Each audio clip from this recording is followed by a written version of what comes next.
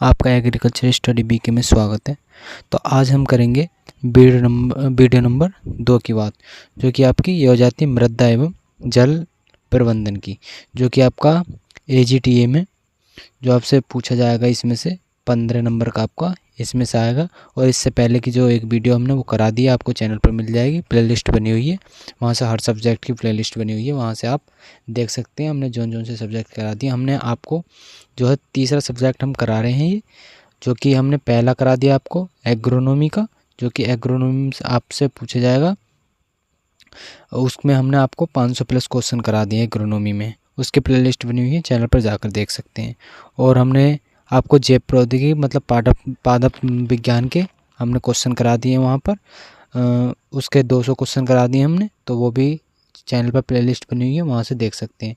और ये हमने मृदा विज्ञान जल विज्ञान की जो है ये करा दिए हमने, तो इसमें हमने 50 क्वेश्चन करा दिए। हम इसमें आपको 200 प्लस इसमें क्वेश्चन कराएंगे हम, तो ये आपके क्वेश्चन हो जाएंगे, आपके यहीं से ये क्वेश्चन फंस जाएंगे अगर आप अच्छी तरीके से तैयारी करते हैं। तो आप इन्हीं के लिए रिपीट कर लें अच्छी तरीके से। और हम आपको बता दें कि हम एक बार जो हमने ये क्वेश्चन करा दिए हैं इनके लिए एक बार दोबारा से और दोहरा देंगे, आपको मैराथन के रूप में एक प्लेलिस्ट मिल जाएगी, वहाँ से आप जाकर इन वीडियो को देख सकते हैं।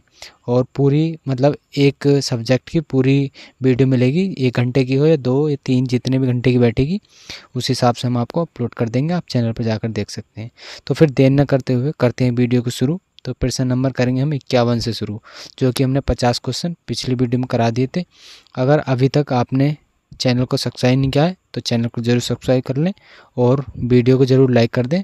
तो करते हैं 51 से शुरू। तो इसमें निम्नलिखित पर विचार कीजिए। कार्बन मोनोऑक्साइड, मीथेन, ओजोन और सल्फर डाइऑक्साइड। तो इसमें बताना है, 4 ऑप्शन दे रखे हैं आपको, नहीं 4 ये आपके। तो इसमें से बताना है फसल जैव मात्रा के अवशेषकों के दहन के कारण वायुमंडल में उपयुक्त कौन सी जो निर्मुक्त होता है वो कौन सा है इनमें से, किसके, फसल जैव मात्रा के अवशेषों के दहन के कारण। तो कौन कौन सी गैसें निकलती हैं, जैसे जैव पदार्थ होते हैं और उनसे जो अपघटित होकर कौन कौन सी गैसें निकलती हैं, तो उससे निकलती हैं आपकी कार्बन मोनोऑक्साइड, मीथेन, ओजोन और सल्फर डाइऑक्साइड। तो ऑप्शन नंबर इसका डी हो जाता है। अब इसके कुछ हम ऑप्शन देख लेते हैं कि किस तरह से दिए हुए हैं। तो ये हो जाती है फसल जैव मात्रा के दहन के फलस्वरूप वातावरण में carbon monoxide, methane, carbon dioxide, nitride oxide, sulphur dioxide, ozone, black carbon, कार्बनिक यौगिक और गैर वाष्पीकरण गैस एरोसॉल जैसे प्रदूषक का जो है वर्जन होता है। ये वैश्विक वायुमंडलीय जलवायु को प्रभावित करते हैं। जो ये जितनी गैस हैं ये सब वायुमंडल को प्रभावित करती हैं। तो इसका ऑप्शन नंबर डी हो जाता है। बात करते हैं 52 क्वेश्चन की। तो 52 क्वेश्चन है कि हाइड्रोजन सल्फाइड प्रदूषक का मुख्य स्रोत है। जो हाइड्रोजन सल्फाइड है उसका जो प्रदूषक स्रोत है वो कौन सा स्रोत है, आप ऑप्शन में से बताना। तो सड़े हुए वनस्पति एवं पशु पदार्थ, या ऑटोमोबाइल्स, या तेल रिफाइनरी, या ताप विद्युत संयंत्र। तो इसमें हो जाता है आपका सड़ते हुए वनस्पति एवं पशु पदार्थ। मतलब जो जो सल्फाइड बनती है प्रदूषक जो होता है, जैसे सड़े हुए पेड़ पौधे या पशुओं के द्वारा जो पदार्थ होते हैं तो उनसे जो है ये प्राप्त होती है। अब इसमें कुछ देख लेते हैं। हाइड्रोसल्फाइड एक प्रदूषक का मुख्य स्रोत सड़े हुए वनस्पति एवं पशु पदार्थ हैं। किसके, हाइड्रोजन सल्फाइड के। अब हाइड्रोजन सल्फाइड एक रंगहीन गैस है। कैसी गैस है, रंगहीन गैस है, जिसमें सड़े हुए अंडे जैसी दुर्गंध आती है। कैसी दुर्गंध आती है, सड़े हुए अंडे जैसी दुर्गंध आती है। और हाइड्रोजन सल्फाइड अक्सर ऑक्सीजन की अनुपस्थिति में कार्बनिक पदार्थ के माइक्रोविलियन जो है ब्रेड आउट से उत्पन्न होते हैं। तो आपसे एग्जाम में पूछा जा सकता है यहाँ से एक क्वेश्चन कि जो अंडे जैसी दुर्गंध आती है तो वो कौन सी गैस में से आती है। तो वो आपको आती है हाइड्रोजन सल्फाइड के कारण जो आती है वो दुर्गंध आती है अंडे जैसी। तो ऑप्शन नंबर इसका ए से ही हो जाता है। बात करते हैं प्रश्न नंबर 53 की। तो 53 क्वेश्चन हो जाता है आपका, निम्न में से निम्नलिखित में से कौन सा एक जैव निम्नीकरण जिसे बोला जाता है बायोडिग्रेडेबल्स नहीं है? तो इनमें से बताना है कौन सा इनमें से जो आपका निम्नीकरण है वो नहीं है। तो इसमें से आपका हो जाता है चांदी की जो पन्नी होती है वो नहीं होती है। आप देख लेते हो ऑप्शन में, तो इसमें है जैसे ऊन चढ़ाई, चमड़े का थैला, जूट की टोकरी, ये बायोडिग्रेडेबल जैसे निम्नीकरण हैं। कौन कौन से हो जाते हैं? जैसे ऊनी चटाई हो जाती है, चमड़े का थैला हो जाता है, जूट की टोकरी हो जाती है, तो ये हो जाते हैं बायोडिग्रेडेबल्स हो जाते हैं। जबकि पॉलीथीन, चादर की पिन्नी आदि जैव जो है क्या है, ये जैव निम्नीकरण नहीं है। अब इनमें जो है निम्नीकरण में सैकड़ों वर्ष लग जाते हैं। इनके लिए निम्नीकरण होने में कितना टाइम लग जाता है? सैकड़ों वर्ष लग जाता है इसके लिए। तो ऑप्शन नंबर इसका बी सही हो जाता है। बात करते हैं 54 क्वेश्चन की। तो 54 है निम्नलिखित में से कौन सा जैव निम्नीकरण है? तो इनमें से आपको बताना जैव निम्नीकरण है, तो इनमें से हो जाता है आपका रबड़ जो है जैव निम्नीकरण हो जाता है। प्राकृतिक रबड़ निम्नीकरण है वे पदार्थ जो जैविक प्रक्रियाओं द्वारा अपघटित हो जाते हैं, जैव निम्नीकरण कहलाते हैं। किसके द्वारा? जैव प्रक्रिया द्वारा जो अपघटित हो जाते हैं उनके लिए निम्नीकरण कहते हैं। अब जबकि प्लास्टिक, पॉलीथीन व पारा जिसे मरकरी जैव निम्नीकरण ये नहीं होते हैं। कौन कौन से नहीं होते? प्लास्टिक, पॉलीथीन, पारा ये नहीं होते। तो ऑप्शन नंबर इसका डी हो जाता है। बात करते हैं प्रश्न नंबर 55 की। तो 55 है कि निम्नलिखित में से कौन सा एक निम्नीकरण जिसे डिग्रेडेबल्स प्रदूषक है? तो कौन सा हो जाता है इनमें से? वो हो जाता है आपका घरेलू बाहित मल जो हो जाता है वो आपका डिग्रेडेबल्स हो जाता है। तो इसमें प्रसंगनगत विकल्पों में से घरेलू जो बाहित मल एक निम्नीकरण जिसे डिग्रेडेबल प्रदूषक कहा जाता है, वो निम्नलिखित में से प्राकृतिक प्रदूषक प्राकृतिक प्रक्रिया द्वारा कम हानिकारक साधारण अणुओं में टूट जाते हैं। इस प्रक्रिया में सूक्ष्म जीवों की महत्वपूर्ण भूमिका होती है। अब बात करते हैं आगे प्रश्न नंबर 56 की।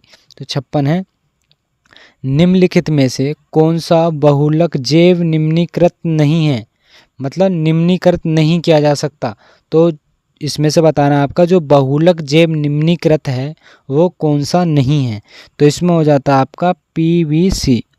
अब पीवीसी जो होता है आपका ये बहुलक जैव निम्नीकरण नहीं है। सेलुलोज भी हो जाता है आपका, स्टार्च भी और प्रोटीन भी। तो देखते हैं इसमें जैव निम्नीकरण पदार्थ उसे कहा जाता है, किसे कहा जाता है?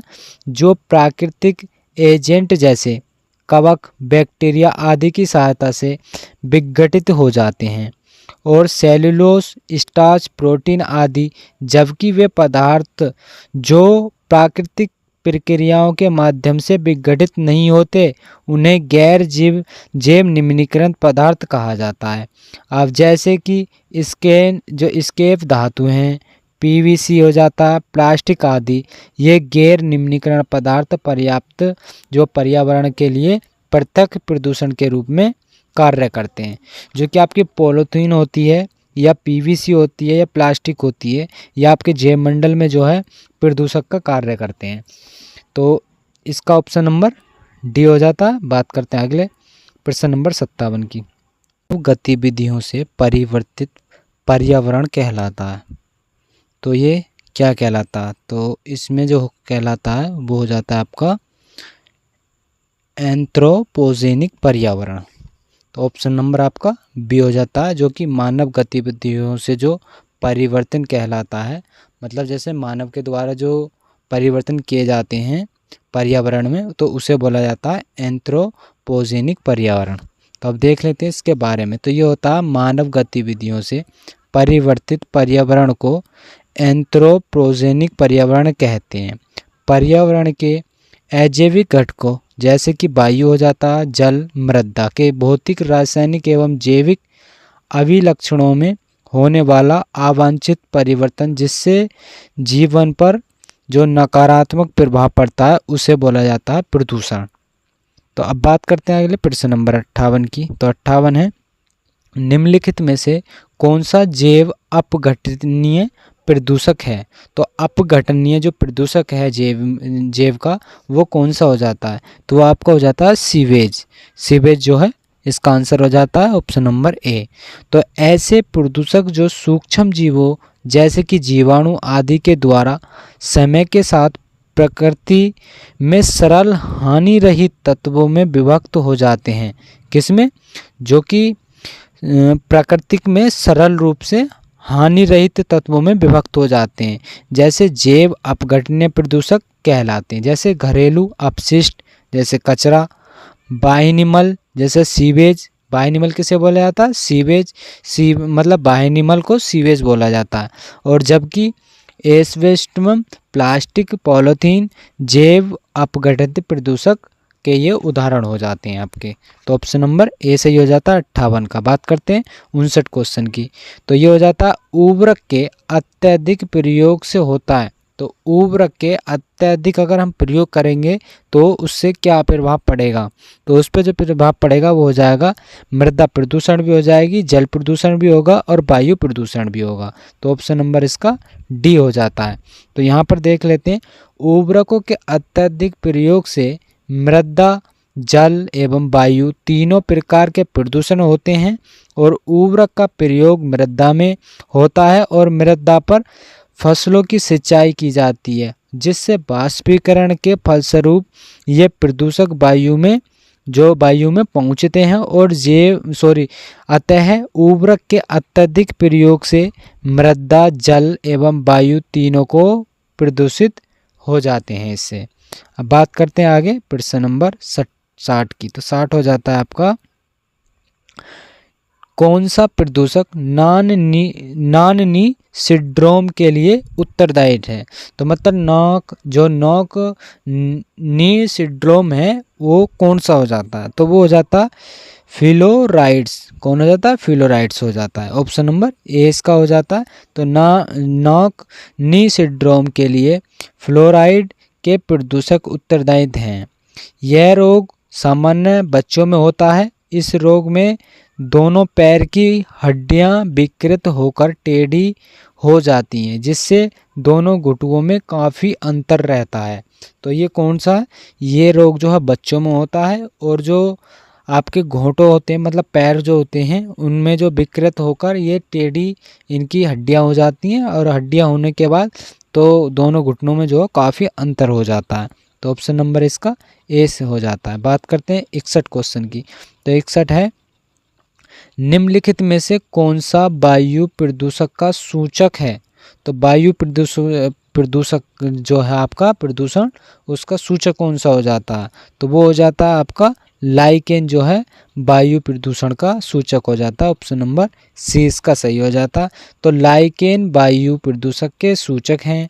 वातावरण में सल्फर डाइऑक्साइड की मात्रा में वृद्धि से लाइकेज की क्षति पहुंचती है। किससे? सल्फर डाइऑक्साइड की मात्रा से जो है लाइकेज में उसमें वृद्धि होने से इसकी क्षति हो जाती है। ये समाप्त होने लगते हैं। लेकिन लाइकेज का निर्माण कवक एवं शैवाल से मिलकर होता है। किसका? लाइकेज का निर्माण जो बनता है किससे बनता है? कवक और शैवाल से मिलकर बना हुआ होता है। लाइकेज पौधों के छालों, प्राचीन दीवारों तथा चट्टानों पर पाए जाते हैं।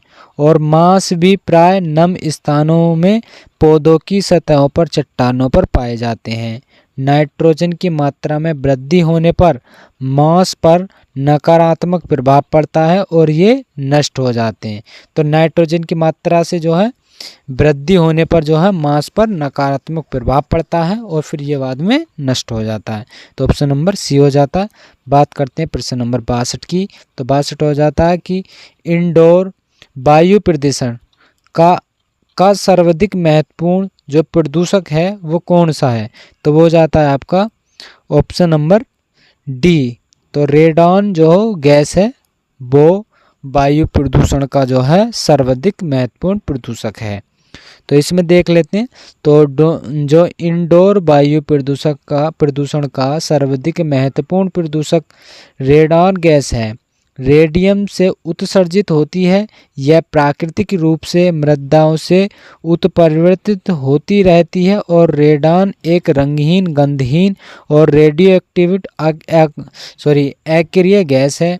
यह गैस से फेफड़ों का कैंसर तथा रक्त कैंसर होने की संभावना होती है। इसके अतिरिक्त इंडोर वायु प्रदूषण, अतिरिक्त नमी बाष्पीकरण, कार्बनिक यौगिक, कार्बन मोनोऑक्साइड आदि होता है इनमें। तो ऑप्शन नंबर इसका डी सही हो जाता है, रेडॉन गैस। बात करते हैं प्रश्न नंबर 63 की। तो ये हो जाता है आजकल वातावरण में CO2 कार्बन डाइऑक्साइड की जो सघनता की मात्रा ppm लगभग कितनी है। तो वायुमंडल में जो है CO2 की मात्रा कितनी है इस टाइम, तो वो हो जाती है आपकी 420 ppm। कितनी, 420 जो हो जाती है ppm हो जाती है। तो बात करते हैं इसमें प्रश्न काल के दौरान वातावरण में CO2 की सघनता की मात्रा ppm 420 से अधिक है। वायुमंडल में कार्बन डाइऑक्साइड की सांद्रता की मात्रा के अनुसार प्रति मिलियन भागों ppm के रूप में व्यक्त किया जाता है। वर्तमान में ppm लगभग कितने हैं, 421 जी, जो कि पॉइंटों में है, मतलब प्रतिशत में 0.04% है।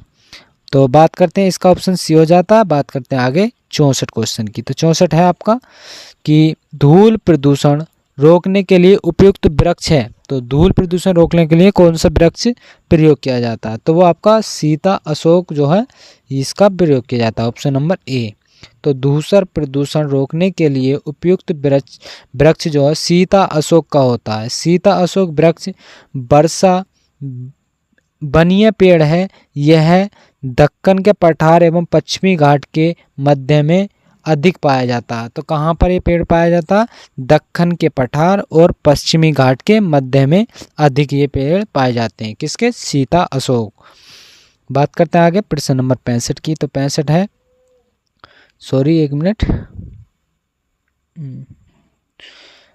65 हो जाता है यूरोनॉमर्स बनाए जाते हैं। तो वो किससे बनाए जाते हैं, तो वो हो जाते हैं आपके वाहनों से निकलने वाली हानिप्रद गैसों को नियंत्रित करने के लिए जो है यूरोनॉर्म्स का, इसलिए ये बनाए जाते हैं। तो यूरोनॉर्म्स वाहनों से निकलने वाली हानिप्रद गैसों को नियंत्रित करने के लिए बनाए गए हैं और यूरोपियन देशों द्वारा निर्धारित है वो मापदंड है। बात करते हैं आगे प्रश्न नंबर 66 हो जाता है कि प्रदूषण युक्त वायुमंडल को निम्न में से किसके द्वारा स्वच्छ किया जाता है। तो प्रदूषण युक्त वायुमंडल को जो है निम्न में से किसके द्वारा स्वच्छ किया जाता है, तो वो किसके द्वारा किया जाता है, तो वर्षा के द्वारा जो है उसे स्वच्छ किया जाता है, ऑप्शन नंबर बी हो जाता है इसका। तो प्रदूषण युक्त वायुमंडल जिसमें धूल, धुआं व अन्य हानिकारक पदार्थ सम्मिलित होते हैं, इसको वर्षा द्वारा स्वच्छ किया जाता है, क्योंकि धूल, धुआं जैसे प्रदूषक वर्षा से नीचे आ जाते हैं और वायुमंडलीय स्वच्छ हो जाता है। तो ऑप्शन नंबर 20 का सही है। बात करते हैं 67 क्वेश्चन की। 67 है, निम्न में से कौन सा एक पौधा वाहनों के प्रदूषण को अवशोषित करने के लिए सामान्यतः सड़क के साथ साथ उगाया जाता है। तो वो कौन सा पौधा है, वो हो जाता है आपका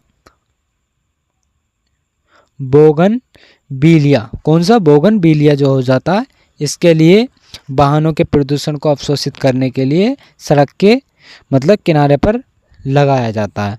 तो वाहनों के प्रदूषण अवशोषित करने के लिए सामान्य सड़क के साथ साथ जो कि बोगेनविलिया का पौधा उगाया जाता है। यह मुख्य से कहाँ उगाया जाता है, दक्षिण अमेरिका का स्थानांतरित पौधा है। तो कहाँ का पौधा है, दक्षिण अमेरिका का स्थानांतरित पौधा है ये, ऑप्शन नंबर इसका सी हो जाता है। बात करते हैं 68 क्वेश्चन की। तो 68 हो जाता है, थोड़ा जूम कर लेते हैं इसे।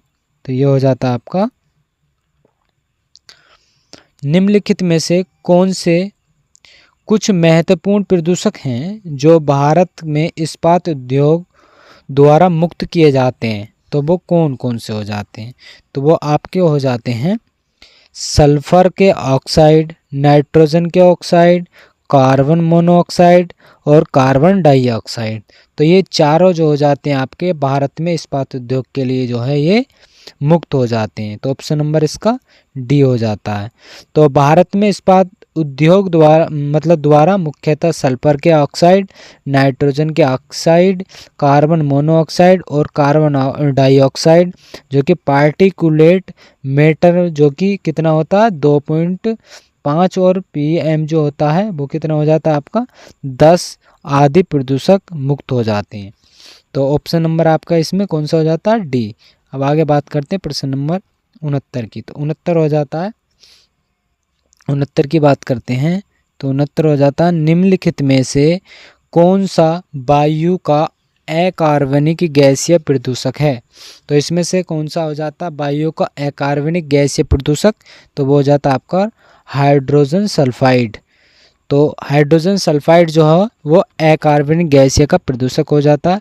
हाइड्रोजन सल्फाइड जिसका सूत्र अगर हम लिखते हैं तो H2S हाइड्रोसल्फाइड वायु का अकार्बनिक गैसीय प्रदूषक है। इसके अतिरिक्त कार्बन डाइऑक्साइड, कार्बन मोनोऑक्साइड और nitrogen dioxide, sulphur dioxide gas भी अकार्बनिक गैसीय प्रदूषक हैं। तो इसमें ऑप्शन नंबर आपका बी हो जाता है। बात करते हैं 70 क्वेश्चन की। तो 70 है निम्नलिखित में से कौन सा एक प्रदूषक की रोकथाम के लिए एक यांत्रिक विधि नहीं है। तो इनमें से बताना वायु प्रदूषण रोकने के लिए कौन सी यांत्रिक विधि नहीं है। तो आपकी साइक्लोनल जो डिवाइडेड है वो नहीं हो जाती है आपकी, ऑप्शन नंबर डी। तो वायु प्रदूषण रोकने के लिए यांत्रिक विधि कौन सी नहीं है, बैग फिल्टर और साइक्लोनल कलेक्टर और जी साइक्लोनल सेपरेटर्स। किंतु जो साइक्लोनल है वो डिवाइडर वायु प्रदूषण को रोकने के लिए जो है यांत्रिक विधि नहीं होती है। तो ऑप्शन नंबर डी इसका सही हो जाता है। बात करते हैं 71 क्वेश्चन की। तो 71 हो जाता है कि भारत में बड़े नगरों में वायु प्रदूषण का सबसे बड़ा स्रोत है। तो सबसे बड़ा स्रोत कहाँ है, वो बड़े शहरों में हो जाता है। तो वो होता है आपका परिवहन खंडों के द्वारा। सबसे ज़्यादा परिवर्तन जो प्रदूषण होता है वो किसके द्वारा होता है, तो वो परिवहन या वाहनों के द्वारा होता है। तो भारत में बड़े नगरों में वायु प्रदूषण का सबसे बड़ा स्रोत है। और जी जबकि मानवीय अथवा प्राकृतिक कारणों से गैसों की एक निश्चित मात्रा अनुपात में अवांछनीय परिवर्तन हो जाता है और वायु में इन गैसों के अतिरिक्त कुछ अन्य विषैली गैस या जो कंडकीय पदार्थ मिल जाते हैं उसे वायु प्रदूषण कहा जाता है। भारत में बड़े शहरों में परिवहन खंडों के कारण पेट्रोलियम पदार्थ के अत्यधिक प्रयोग से विभिन्न गैसें जैसे गैसें व धुआं उत्पन्न होते हैं जो कि वायु प्रदूषण का सबसे बड़ा कारक बन जाते हैं। तो ऑप्शन नंबर आपका डी हो जाता है इसका। बात करते हैं 72 क्वेश्चन की। तो 72 है प्रदूषण के अध्ययन में SPM किसके निर्देशनीय कार्य करता है। तो जो निर्दिष्ट कार्य करता है SPM वो किसके अध्ययन पर करता है, तो वो करता है आपका सस्पेंडर्स पार्टिकुलेटर जो मैटर है उसके, जो कि प्रदूषण के अध्ययन पर कार्य करता है। तो ऑप्शन नंबर डी इसका हो जाता है। तो यह होता प्रदूषण अध्ययन में SPM जो कि सस्पेंडर पार्टिकुलेटर मैटर को निर्देशित करता है और सस्पेंडेड पार्टिकुलर मैटर में जो कि अत्यंत महीन धूल कण पाए जाते हैं 10 माइक्रो से छोटे कण का जो PM10 होता है, कितने 10 माइक्रो से छोटे का कितना होता है 10। ये धूल कण श्वसन के माध्यम से सीधे फेफड़े में पहुंच जाते हैं। इनके प्रभाव के कारण फेफड़ों में जलन तथा फेफड़ों द्वारा सही ढंग से कार्य न कर पाना, किसके द्वारा, तो ये हो जाता आपका सस्पेंडर पार्टिकुलर मैटर के द्वारा। ऑप्शन नंबर इसका डी सही है। बात करते हैं 73 क्वेश्चन की। तो 73 है निम्नलिखित में से कौन सा ईंधन पर्यावरण में निम्नतम प्रदूषण करता है। तो ईंधन पर्यावरण में न्यूनतम जो है प्रदूषण कौन सा करता है, वो करता हाइड्रोजन। ऑप्शन नंबर इसका सी सही है। तो हाइड्रोजन ईंधन पर्यावरण में निम्नतर प्रदूषण करता है।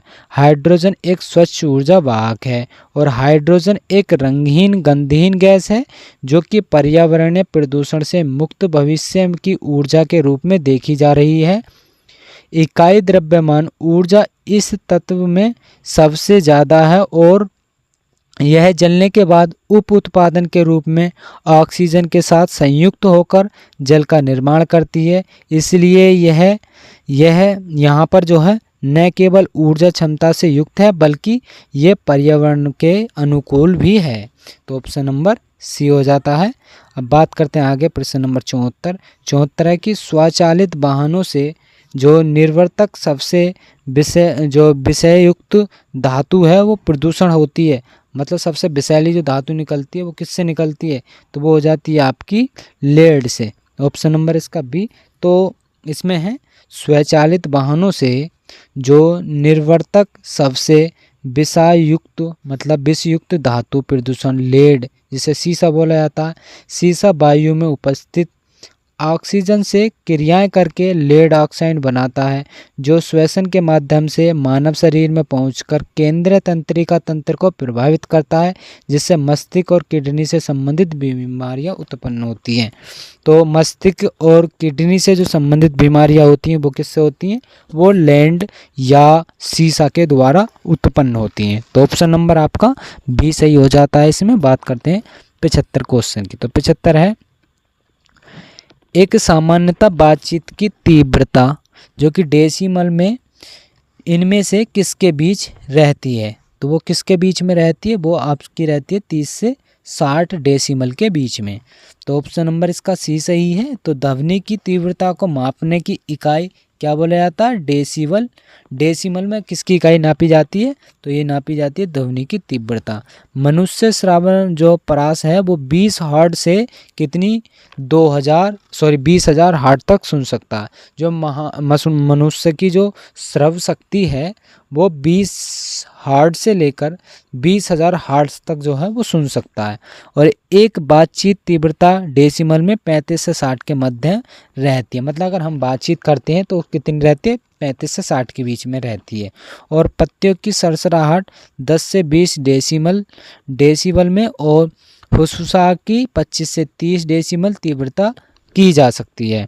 अब ऑप्शन नंबर इसका सी सही है। बात करते हैं प्रश्न नंबर 76 की। तो 76 है किस स्तर डेसिबल में से अधिक की ध्वनि खतरनाक प्रदूषण करती है। तो अगर डेसिमल की अगर आवाज़ ज़्यादा होती है तो मनुष्य के लिए कौन सी अधिक मतलब हानिकारक हो सकती है, तो वो जो हो जाती है आपकी 80 डीबी से अधिक हो जाती है। 80 डीबी से अधिक तीव्रता वाली ध्वनि को प्रदूषण कहा जाता है।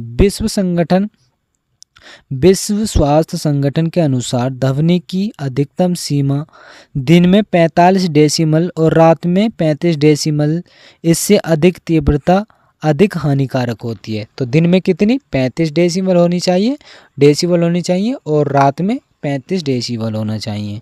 तो ऑप्शन नंबर इसका डी सही हो जाता है। बात करते हैं 77 क्वेश्चन की। तो 77 है इसमें निम्नांकित में से कौन सा अधिकतम प्रदूषण का कारण है। तो प्रदूषण का सबसे अधिक जो कारण है वो किसका है, तो वो हो जाता है आपका जेट उड़ान के द्वारा। ऑप्शन नंबर डी सही है इसका। तो जेट उड़ान के द्वारा ध्वनि प्रदूषण अधिकतम होता है। और ध्वनि प्रदूषण उत्पन्न होने वाले डेसिमल कितने, बाहरी ट्रक यातायात से कितना होता है 80 डीबी मतलब डेसिबल होता है। बात करें जेट इंजन के द्वारा 120 और आरके स्टार द्वारा कितना होता है 100 डेसिमल और निर्वाचन सभ्य द्वारा कितना होता है, निर्वाचन सभ्य द्वारा 90 डेसिबल। तो सबसे ज़्यादा किस में होता है, वो हो जाता है आपका सबसे ज़्यादा जेट इंजन के द्वारा। ऑप्शन नंबर डी सही है। बात करते हैं 78 क्वेश्चन की। तो 78 है पाराध्वनिक जेट की उड़ान के कारण क्या उत्पन्न होता है। तो क्या उत्पन्न होता है, ओजोन लेयर से जो बांधा होती है वो उत्पन्न होती है।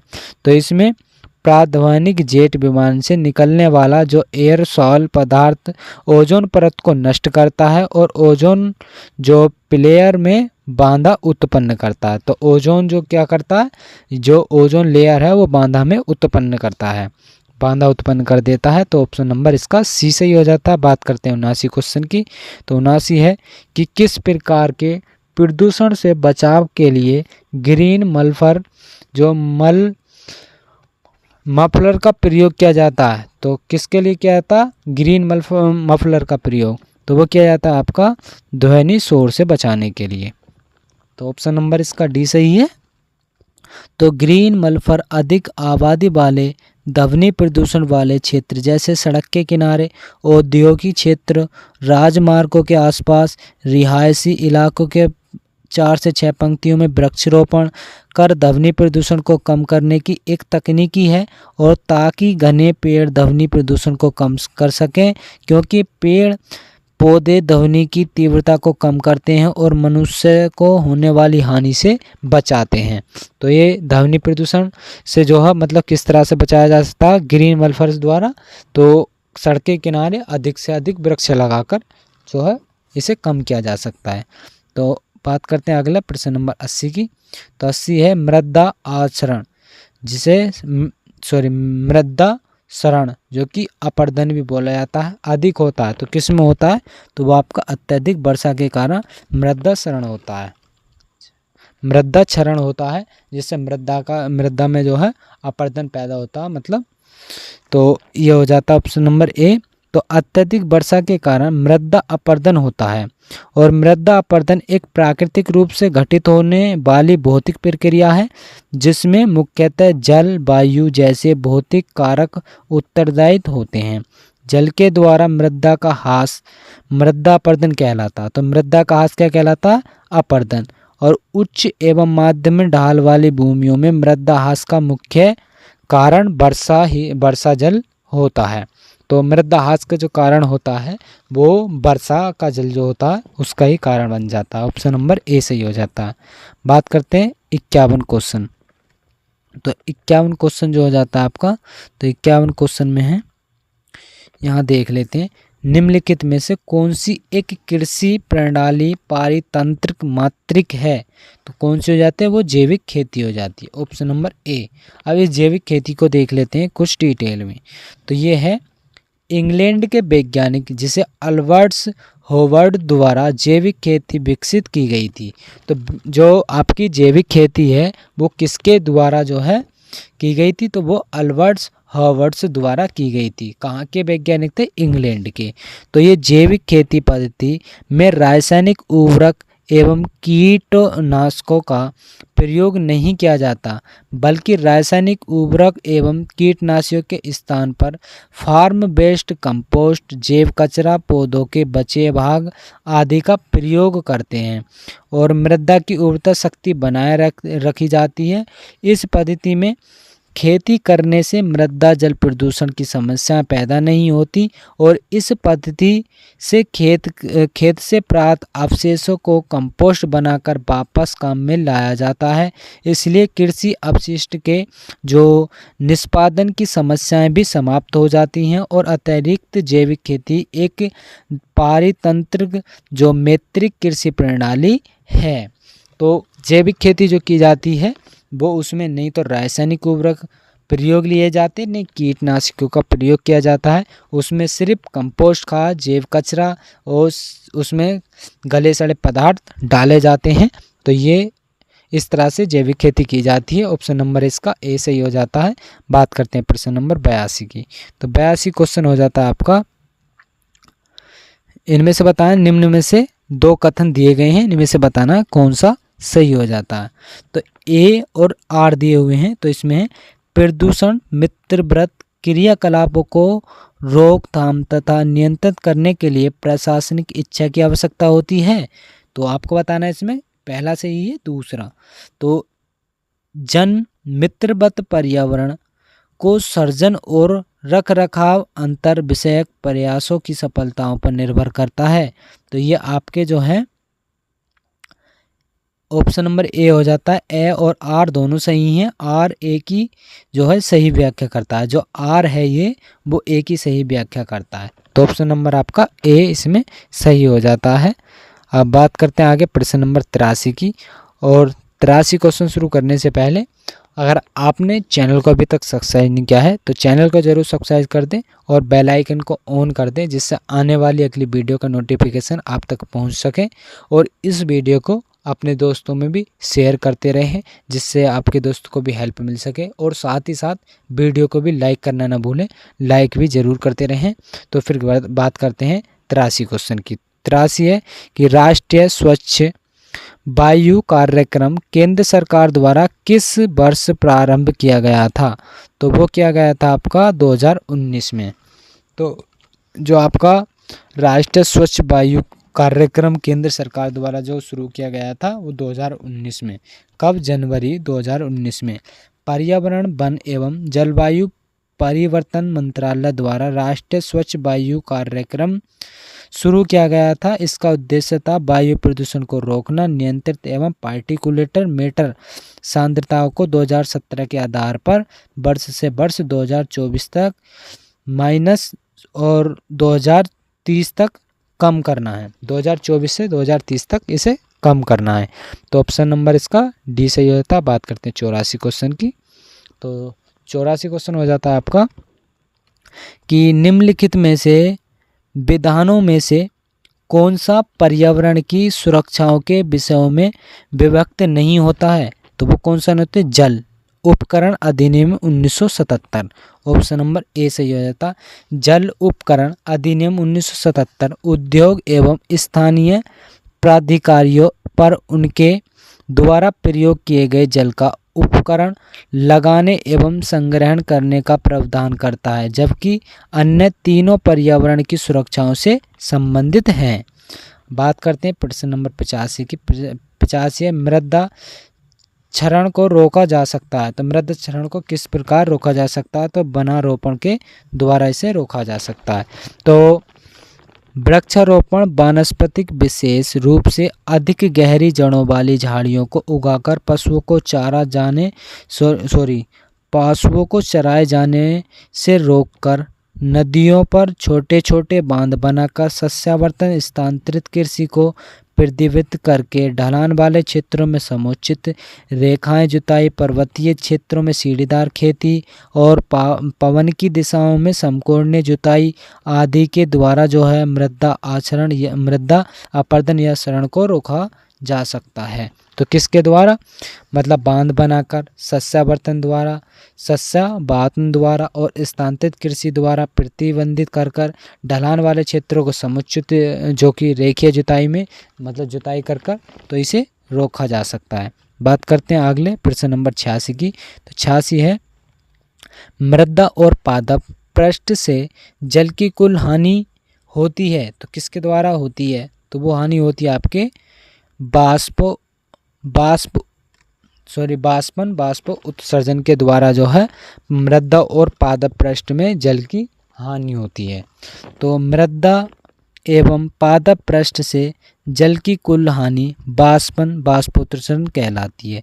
किसी निश्चित क्षेत्रफल से निश्चित समय में मृदा की सतह द्वारा ह्रास जल की अधिक मात्रा उसी क्षेत्रफल व समय में फसल द्वारा बाष्प उत्सर्जन के रूप में जल ह्रास का योग बाष्प उत्सर्जन कहलाता है।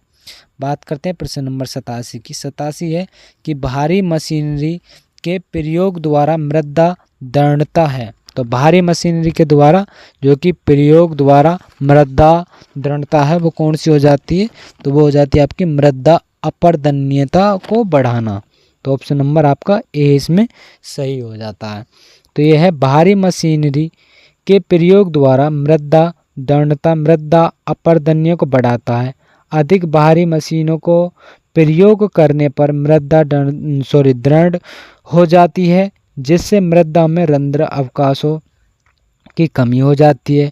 फिर सिंचाई करने पर जल भूमियों के अंदर न जाकर भूमियों की सतहों पर बहता रहता है, जिससे मृदा कटाव अधिक हो जाता है। तो मृदा जो कटाव होता है वो कब अधिक होता है? जब पानी भूमि की सतहों पर रहता है।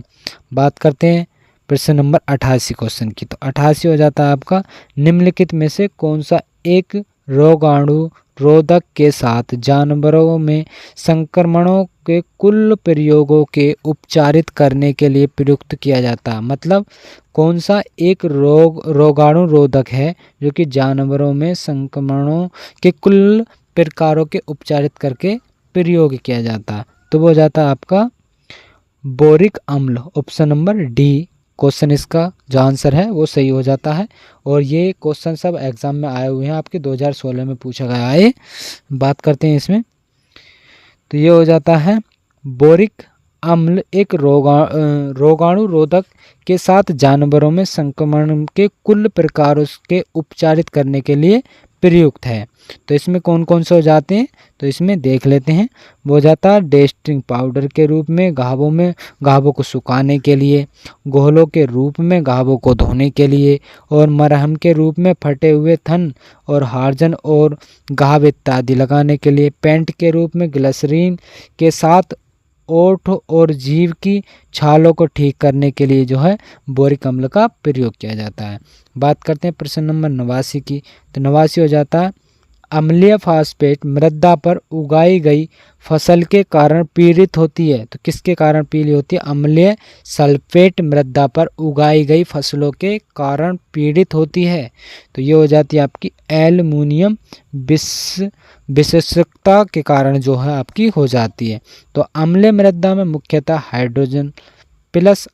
हाइड्रोजन और एल्युमिनियम आयन, जो कि आयन है, ये मृदा विलयन में उपस्थित रहते हैं। किस में रहते हैं, हाइड्रोजन और एल्युमिनियम किस में उपस्थित रहते हैं, मृदा के विलय में। अब अम्लीय फास्फेट मृदा पर उगाई गई फसल मुख्यतः कौन सी हो जाती है, अम्लीय विशेषता से पीड़ित हो जाती है। तो ऑप्शन नंबर इसका सी सही है। बात करते हैं प्रश्न नंबर 90 की। तो 90 हो जाता है कि मृदा की जलीय चालकता के साथ बदलती है। तो क्या बदलती है, वो कुल जो कि छिद्रता है वो बदलती है। ये सूत्र आप इसे देख सकते हैं। बात करते हैं प्रश्न नंबर आगे 91 क्वेश्चन की। तो 91 हो जाता है, निम्नलिखित में से कौन सा एक मृत्तिका खनिज का 2:1 प्रकार नहीं है। तो वो कौन सा हो जाता, के ओलियोनाइट जो हो जाता है इसका ये प्रकार नहीं होता है मृत खनिज का। बात करते हैं के ओलिनाइट्स जो कि मृत्तिका खनिज 2:1 प्रकार नहीं है, जबकि 1:1 मृत्तिका खनिज का प्रकार है। और चट्टाने खनिज तापमान और दाब परिवर्तन के कारण परिवर्तन प्रक्रियाओं से गुजरते हैं, जो नवनिर्मित खनिजों को द्वितीयक खनिज कहा जाता है। किसके लिए, जो नव निर्मित खनिज होते हैं उन्हें द्वितीयक खनिज कहा जाता है। बात करते हैं प्रश्न नंबर 92 की। तो 92 है, हेक्सोसुगर को अल्कोहल में बदलने का कारक क्या है। जो हेक्सेसोल है, हेक्सोसुगर को अल्कोहल में किस तरह से बदलेंगे, तो उसे ईस्ट के द्वारा बदला जाता है। Option number A. तो ईस्ट कोशिकाएं किण्वीकरण द्वारा हेक्सोस शर्करा के घोल को शराब में परिवर्तित कर देती है। इस क्रियाओं में ईस्ट द्वारा उत्पन्न इन्वर्ट्स व एंजाइम भाग लेते हैं। यह ईस्ट जो कि शराब बनाने में काम आती है और शर्करा घोल के रूप में तैरती रहती है, जिसे इसे जो है टॉप ईस्ट भी कहा जाता है। तो ऑप्शन नंबर इसका ए से हो जाता है। बात करते हैं 93 क्वेश्चन की। तो यह है सोयल स्केट कल्चर किससे संबंधित है। तो ये किससे संबंधित रहता है, मिट्टी के कणों की व्यवस्था से सोयल स्ट्रक्चर जो है वो संबंधित है। तो ये हो जाता है मिट्टी संरचना, मतलब सोयल स्ट्रक्चर मिट्टी के कणों की व्यवस्था से संबंधित है। इन कणों की संरचनाएं जो कि पृथ्वी में विद्यमान है समुच्चय कहलाते हैं ये। और आवृत्ति के आधार पर मृदा संरचना के 4 प्रकार होते हैं। एक तो होता है पट्टीकर, एक हो जाता है पट्टीकर, एक हो जाता है त्रिकोणाकार, एक हो जाता है खंडाकार, एक हो जाता है गोलाकार। तो ये जो आपके हो जाते हैं मिट्टी जो कि आवृत्ति के आधार पर मृदा संरचना के प्रकार। बात करते हैं 94 क्वेश्चन की। तो 94 है प्रकृति का तोहफा है, मतलब प्रकृति का तोहफा क्या है, तो हो जाता है आपका खेती। ऑप्शन नंबर ए इसका सही हो जाता है। प्राकृतिक का जो उपहार है वो क्या है, तोहफा हो जाता है खेत। तो ये हो जाता है प्राकृतिक का तोहफा खेत हो जाता है। और शेष सभी पूंजी श्रमिक आदि मनुष्य उत्पादन के लिए जो कि स्वयं लगाता है और भूमि के बिना कुछ भी उत्पन्न संभव नहीं होता है। तो ऑप्शन नंबर इसका ए सही होता है। बात करते हैं 95 क्वेश्चन की। तो 95 है कि लवणीय मृदाओं की विद्युत चालकता कितनी होती है। तो लवणीय मृदा की कितनी हो जाती है, 16 जो कि MMHO सेंटीमीटर में हो जाती है। लवणीय मृदा की विद्युत चालकता कितनी हो जाती है, 16 हो जाती है। तो लवणीय मृदा की विद्युत चालकता 16 होती है। और जबकि लवणीय मृदा की विद्युत चालकता से तात्पर्य है मिट्टी के घुलनशील लवणों से आयनों की सांद्रता का एक मापन है और परीक्षण के परिणाम स्वरूप मिट्टी के लवणताओं का संकेत प्राप्त होता है। और 16 MMHO सेंटीमीटर विद्युत चालकता वाली लवणीय मृदाओं में जो कि पामराज की खेती आसानी से की जा सकती है। तो ये हो जाती है आपकी पमरोजा की खेती जो है इसमें अच्छी तरीके से लवणीय मृदा में की जा सकती है। बात करते हैं 96 क्वेश्चन की। तो 96 की बात करें तो पौधों में पोषक तत्व की अनिवार्यता का मापदंड किसके द्वारा किया जाता है। तो वो किया जाता है आपका तो अर्नेन या स्टाउड के द्वारा ओनेन और स्टाउट के द्वारा जो है आपका पौधों में पोषक तत्व की अनिवार्यताओं का जो है मापदंड किया जाता है। मतलब इसके द्वारा जो है इनमें पोषक तत्वों की मात्रा देखी जा सकती है। तो पौधों में पोषक तत्व की अनिवार्यता का मापदंड ओनेन और स्टाउड द्वारा दिया गया है और उनके अनुसार पौधों में उचित वृद्धि और विकास में 16 तत्व आवश्यक होते हैं, जो कि पहले 16 होते थे, अब जो है स्टेम पर्जत में पूछा जाता है तो आपसे 17 हो जाते हैं। एक बढ़ गया आपका निकेल, Ni बढ़ गया है एक, तो अब पोषक तत्व कितने हैं, 17 हो जाते हैं। बात करते हैं प्रश्न नंबर 96 क्वेश्चन की। तो 96 है कि 96 क्वेश्चन की बात करें तो 96 हो जाता है आपका सूक्ष्म जीव की अधिकतम तापमान पर जीवित रह सकते हैं। तो सूक्ष्म जीव अधिकतम कितने तापमान पर जीवित रह सकते हैं, तो वो हो जाता है आपका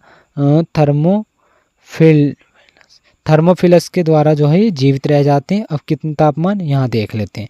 तो ऐसे सूक्ष्म जीवी जो अधिक तापमान पर वृद्धि और विकास करते हैं तो ऐसे को क्या बोला जाता है, थर्मोफिल्स बोला जाता है। ये सूक्ष्म जीव प्राय 45 से 60 सेंटीग्रेड के माध्यम पर वृद्धि करते हैं। ये कितने पर, 45 से 60 सेंटीग्रेड तापमान पर।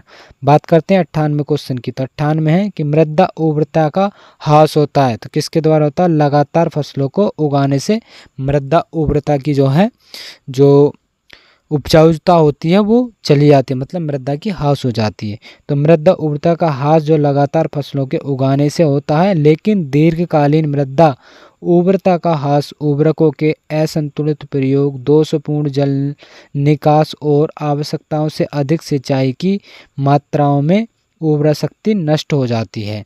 तो ऑप्शन नंबर आपका ए जो है सही हो जाता है। बात करते हैं प्रश्न नंबर 99 की। तो 99 जैव उर्वरक है। तो जैव उर्वरक कौन सा हो जाता है, तो आपका सूक्ष्म जीवों का कल्चर जो है जैव उर्वरक हो जाता है, ऑप्शन नंबर बी। तो जैव उर्वरक सूक्ष्म जीवों का कल्चर होता है जिसमें जीवित सूक्ष्म जीवों वातावरणीय मुक्त नाइट्रोजन को मिट्टी में स्थानांतरित करते हैं, जिससे मृदा की उर्वरता शक्ति बढ़ती है। उदाहरण के लिए राइबोजियम हो जाता है, एजोला हो जाता है, एनाबीना हो जाता है। तो इनके द्वारा जो है मृदा की उर्वरता बढ़ जाती है। बात करें प्रश्न नंबर 100 क्वेश्चन की। तो 100 क्वेश्चन हो जाता है खेती की जाने वाली अधिकतर फसलों के लिए उचित तापमान होता है।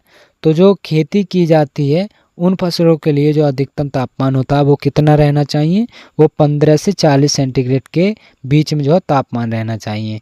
तो खेती की जाने वाली अधिकतर फसलों के लिए उचित तापमान 15 से 40 सेंटीग्रेड, खरीफ के लिए 25 से 35 सेंटीग्रेड तापमान, रबी के लिए हो जाता है 15 से 25 सेंटीग्रेड तापमान जो है आवश्यक रहता है। तो ये जो है हमने आपको यहाँ पर 100 क्वेश्चन जो आपको मृदा विज्ञान के जो हमने आपको करा दिए, सॉइल साइंस या बोल सकते हैं हम मृदा एवं जल प्रबंधन के जो हमने आपको, जो आपके 15 नंबर का पूछा जाएगा, इसमें हमने आपको 100 क्वेश्चन करा दिए। एक 50 क्वेश्चन से हमने वो पहले वाली वीडियो में करा दिए थे और 50 इसमें। तो आपको हमने यहाँ पर जो है ये 100 क्वेश्चन करा दिए हैं और ये क्वेश्चन बहुत महत्वपूर्ण हो जाते हैं। इन क्वेश्चन को अच्छी तरीके से एक बार और रिवाइज मारें, जिससे ये आपको अच्छी तरीके से याद हो सके। और जो आगे जो हमारी तीसरी वीडियो आएगी उसमें भी हम आपको 50 क्वेश्चन करा देंगे और उससे अगली बारी में भी 50 करा देंगे। तो हम 4 वीडियो में आपको यह 15 नंबर का जो है यहाँ से करा देंगे। और अगर आपने अभी तक इस चैनल को सब्सक्राइब नहीं किया है तो चैनल को जरूर सब्सक्राइब कर लें। अगर वीडियो को भी लाइक नहीं किया है तो वीडियो को भी ज़रूर लाइक कर दें। और इसी तरह से फिर हम मिलेंगे अगली वीडियो में। और इस वीडियो को अपने दोस्तों में ज़्यादा से ज़्यादा शेयर ज़रूर कर दें, जिससे आपके दोस्तों को भी हेल्प मिल सके। फिर मिलते हैं हम अगली वीडियो में।